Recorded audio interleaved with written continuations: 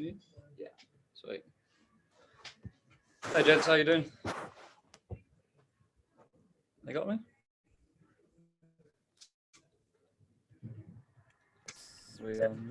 Nick, do you want to go first? Yeah, sure. Hi, George. You can hear me, okay? Yeah, all good, Nick. Yeah. Well, bowled. I mean, what was key to that? Do you think? I think as a whole bowling unit, we bowl really well. I think it's always hard leaving someone as good as Briggsy out, but the tactics to bring in Craig on that wicket, it looked a bit fresh, looked like it might do a bit early on, and to pick up as many wickets in the power play and just after as we did was really crucial, I think. So, yeah, I think as a bowling unit all round, we did really well. Did you kind of feel them sort of that those early breakthroughs really sort of broke their resolve a little bit? Did you sense that? Yeah, I think so. I think they're a little bit not too top heavy, but more of their power guys are up top, and the lads coming in later on rely on a bit more pace on the ball, and you can kind of set fields to it more. So to get early wickets, especially when you're only allowed 2 out, was crucial. Just speaking for sure. more broadly about your summer, can you talk a bit about because it's been sort of one of ups and downs, isn't it, a little bit? I mean, can you talk a little bit about that? And there's a sort of a silver lining potentially at the end of it now. Yeah, very kind of up and down summer, some really high moments like being picked for my first England call-up, and then to have to go home because of COVID and isolate for 14 days was not great. It was a pretty down time for me, being stuck at home for 2 weeks and then coming straight into this, basically still having the effects of COVID is the second game because of it. So trying to recover from that and then hit the ground running and try and rely on a bit of, I guess, luck and natural ability here and there, and it seems to be coming good towards the end. I know you've been playing. You sort of fully recovered from all that sort of post-COVID stuff now, and you're sort of you feel as in you're 100%, even though you've been playing. Yeah, for sure. Now for the last couple of weeks, I've felt back to normal. The doctors have been brilliant, helping me, the physios. But yeah, for that first week, I felt the effects pretty strongly. So they were brilliant, helping me get through it and get back to feeling 100% as quick as possible. And just finally, I'll let someone jump in just after one more.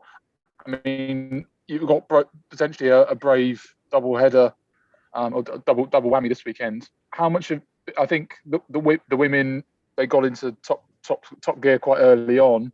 Oh, have you sort of been inspired by them? Have you tried to? How much communication have you had with them? I know the teams are close, and how much have you tried to sort of follow their lead, so to speak? I wonder if it's. I think we got Wi-Fi. Are you back? Yeah, no, sorry. Did I drop out there a little bit? I'll let someone else jump in. I got the gist of your question. Sorry, think. Mate. Yeah, go on. I think as a team and as a team, as in a whole, men and women, there's been a great integration, a great belief in both teams, and a togetherness of when we were at the same hotel. There's always chats going on. People always kind of talking to one another, supporting each other, playing rounds of golf with each other. Just the small things that kind of build relationships and really build friendships that I think you can see coming through. We're a really tight-knit group. The girls have absolutely smashed it, and it's great that we're in the final as well. Cool. Thanks a lot. Matt, do you want to go next? Yeah, sure. George, could you talk us through the 2 wickets in your second set of 5 and the plans that went into them? Sort of looked like a bit of extra bounce to get Milan and then slower ball to get Hales. Sorry, guys. We're having a few internet issues. Bear with me. I'm going to sign in on a different device. All right. So bear with us. No worries. While we wait, we'll go, Matt, we'll do you again, and then we'll go Alex and then Matt Henry. Sweet.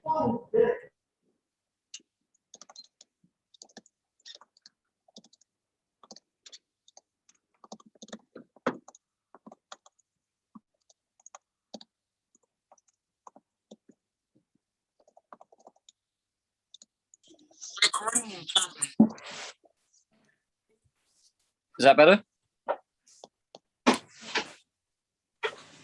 We can hear you, but we can't see you at the moment. Yeah, we'll leave the video off so that the connection will stay strong. All right. No worries. Matt, do you want to carry on? Yeah, sure thing.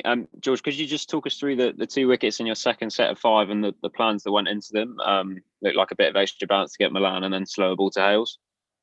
Yeah, I've got Malla out before in a 50-over game a couple of years ago with the same shot. So I guess I had that kind of plan in my mind that I know he runs it down to third man very well, but also gives you an opportunity maybe with a bit of extra bounce in the pitch early on to try and nick him off. And then with Hales, to be honest, I was trying to get out my over or my set of 5. It was my last ball. And I thought a change of pace at the top of the stumps would be the hardest ball for him to try and hit a boundary. And yeah, he nicked it. So that was a nice one. I guess I wasn't really looking for a wicket there. I was looking to get out the set of 5 with a single or a dot ball. So to get the wicket was a bonus. And just to pick up on what you were talking about earlier, could you expand a bit more on sort of the highs and lows of those 3 or 4 weeks? I guess you must have been pretty excited to get that first England call up, and then the lows of having to isolate and get the virus yourself. Yeah, it was a special phone call to get. One that meant a hell of a lot after the kind of 3-4 years I've had since being around the lines and being called up as the Ashes cover. Had a couple of injuries that kept me out for a while. And so to be able to be recognised and called up meant a hell of a lot to me and my family as well.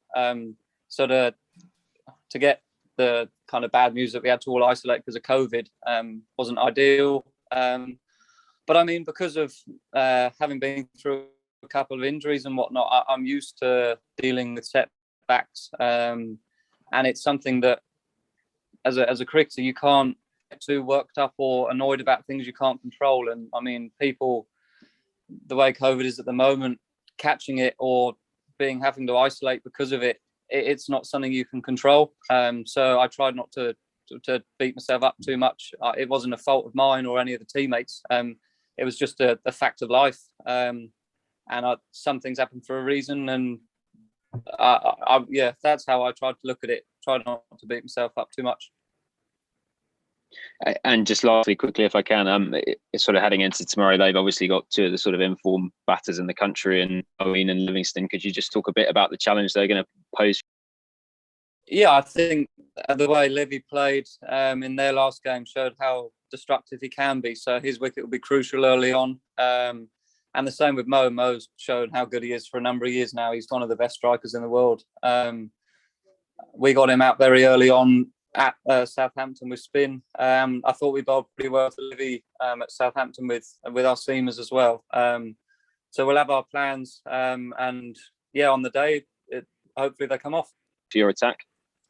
Cheers, George. That's right. Thanks. I think it's me next. Before the tournament, people spoke a lot about sort of this brave bowling attack and the fast-paced nature of it. It was today sort of what you expected from it and sort of almost the perfect performance as a fast bowling unit. Yeah, I think so, especially with leaving Briggsy out for another seamer. To put in a performance like that as a fast bowling unit was pretty special, especially given the circumstances of it being an eliminator. We've obviously missed Joff not being in the team, but I think as a whole, Millsy's bowled brilliantly throughout the whole tournament. CJ, people have dovetailed brilliantly, and I think you can't underestimate the impact Jake Lintot's had as well. Having a wrist spinner that spins it both ways, he's been brilliant, taking wickets for us in crucial stages of the game, and it's given us a great platform either towards the death to really close things out. And I'm guessing there's a lot of excitement for tomorrow. I'm guessing there's not going to be a lot of sleep going on, that reliving tonight and then obviously getting nervous for tomorrow. Yeah, I think the lads will obviously celebrate a little bit, have lots of chats, and I mean the game tomorrow is at 6:30, I believe, so there's plenty of time to enjoy tonight's win and then get focused on tomorrow after a good night of sleep. Cheers. I'll pass on. Matt, Henry, I think you're up next, mate, and then we'll go to David. Yep, that's all right. Thanks, George. Well bowled. Where would kind of as a trio, Alex Hales, Dowd Malan, and Darcy Short rank as 3 batters you've got out in a game? Yeah, I think in one game it's probably up there with one of my favourites, and my best to get those 3 key players as early as we did. Was it was a very good feeling. I mean, you go into every game as a bowler trying to get everyone out, so it's not. You don't almost. You're not surprised because otherwise, I think you're in the game for the wrong reason if you're surprised that you're getting wickets. But to get those 3 tonight personally was obviously amazing. But I mean, if anyone else had got them, I'd be just as happy. Thank you. And just on the occasion of tomorrow, I just wondered how much you're looking forward to that. Yeah, I think it's a great spectacle. I think the first 100-ball final to be there is very special. And I think the way that the crowds and the atmosphere and everything and the media around the 100, I think it's probably one of the most anticipated white ball games for a while, probably definitely since the World Cup final. So there'll be a lot of great cricket on show, and hopefully we can put in another great performance like tonight. Thank you. George, just one from me. Do you think that the top 3 you did get out today has given the England selectors a bit of a nudge, and is the T20 World Cup as all on your radar? I try not to focus on that, to be honest. My job as a cricketer is to go out there and put in the best performance I can.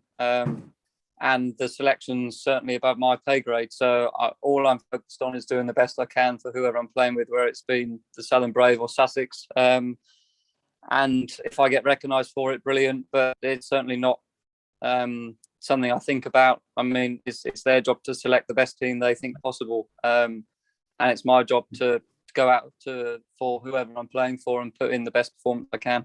So you've not given it any thought at all? I mean, you're obviously on the periphery, the one-day setup early this year. Have you thought about maybe breaking into the D20 side, or is it just firmly focusing on the sides you are playing for? Yeah, I've just tried to stay in the moment and focus on winning for Southern Brave. We're in the final tomorrow. I think if my mind's anywhere else other than the final tomorrow, then I'm probably thinking of the wrong things. I've just tried to stay thinking about winning games for Southern Brave and let whatever happens happen. Lovely stuff. Thanks for your time. No worries, thank you. So, is that everybody?